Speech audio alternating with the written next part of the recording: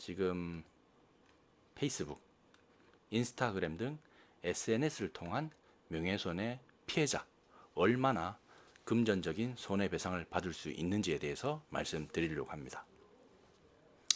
그러니까 페이스북이나 인스타 같은 SNS를 통해서 명예훼손 당했을 때 얼마나 손해배상을 받을 수 있냐. 과거 이제 뭐 한 1, 2년 전이었죠. 일반인들의 신상을 폭로해서 논란이 됐던 SNS, 이 강남 패치라든지 한남 패치 운영자들이 경찰에 붙잡혔었죠.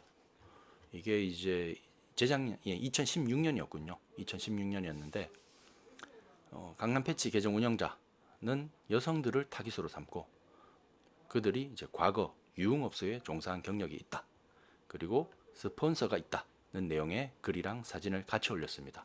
뭐 당사자 본인이 당연히 특정될 수밖에 없는 그런 글과 사진들이었죠.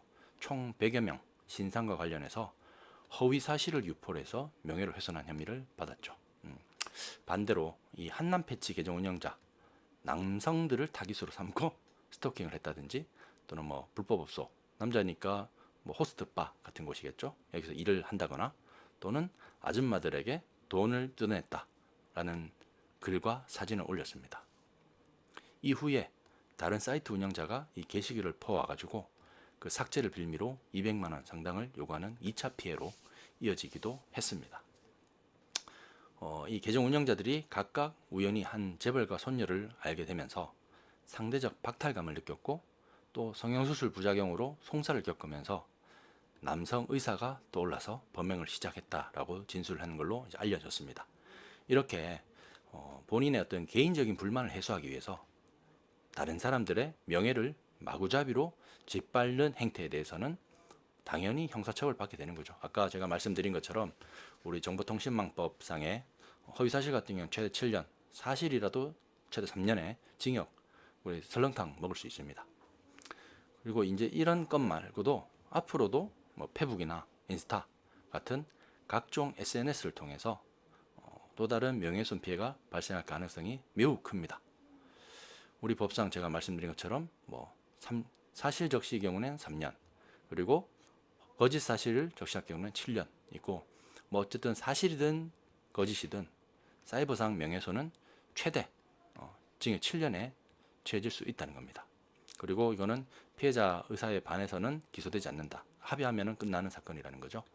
그래서 이제 사이버상 명예훼손이 반의사 불벌죄로서 피해자가 원하지 않으면 처벌할 수 없다라고 되어 있고, 이게 이제 형사상 합의를 함으로써 피의자나 피고인은 처벌을 면하고 또 피해자 입장에서는 실질적인 손해배상을 받을 수 있는 방법이 되겠죠. 그리고 피해자는 본인 어떤 정신적, 재산적 피해에 대해서 민사상 손해배상도 당연히 청구할 수 있습니다. 그래서 피해자 입장에서는 우선은 명예훼손을 당했으니까, 명예가 훼손됐으니까 정신적 고통을 받았겠죠. 이 정신적 고통에 대해서 위자료, 정신적인 손해배상을 청구할 수 있고요.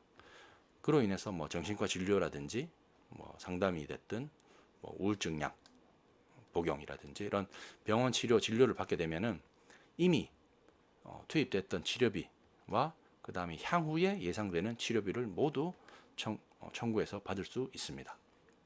심지어 심해져 가지고 정신적 충격이나 악소문 때문에 예를 들어서 직장을 그만두게 됐다. 아까 지금 말씀드린 것처럼 어떤 여성들이 글과 사진이 올라왔고 그 여성들이 어떤 뭐 유흥주점에 업소에서 일하고 있다라는 소문이 퍼지게 되면 직장에서 계속 근무하기가 어렵겠죠. 뭐 멘탈 갑이 아니면은. 그랬을 때 직장을 그만두게 되면은 그 직장 그만뒀을 때 입을 수 있는 급여 상당의 재산적 손해에 대해서도 당연히 손해배상 청구가 가능하겠습니다. 만약에 그 공개된 글과 사진의 주인공이 집 주소가 공개됐다. 그래서 이웃 주민들의 눈초리를 받게 되면서 이사를 가야 하는 지경에 이르렀다면 그 이사 비용까지도 청구를 할 수 있겠죠. 인과관계에 있다고 봅니다. 그래서 만약에 SNS로 인해서 명예훼손 피해를 당했다. 그러면은 형사 합의나 또는 민사 손해배상 청구를 통해서 실질적인 피해 배상이 가능하다라는 말씀을 제가 드릴 수 있을 것 같습니다. 이렇게 지금 SNS를 통한 명예훼손에 대해서는 우선은 형사고발이 가능하고 그거 플러스 당연히 민사적으로 본인의 명예를 훼손당한 정신적 피해에 대해서 손해배상 청구가 가능하고요.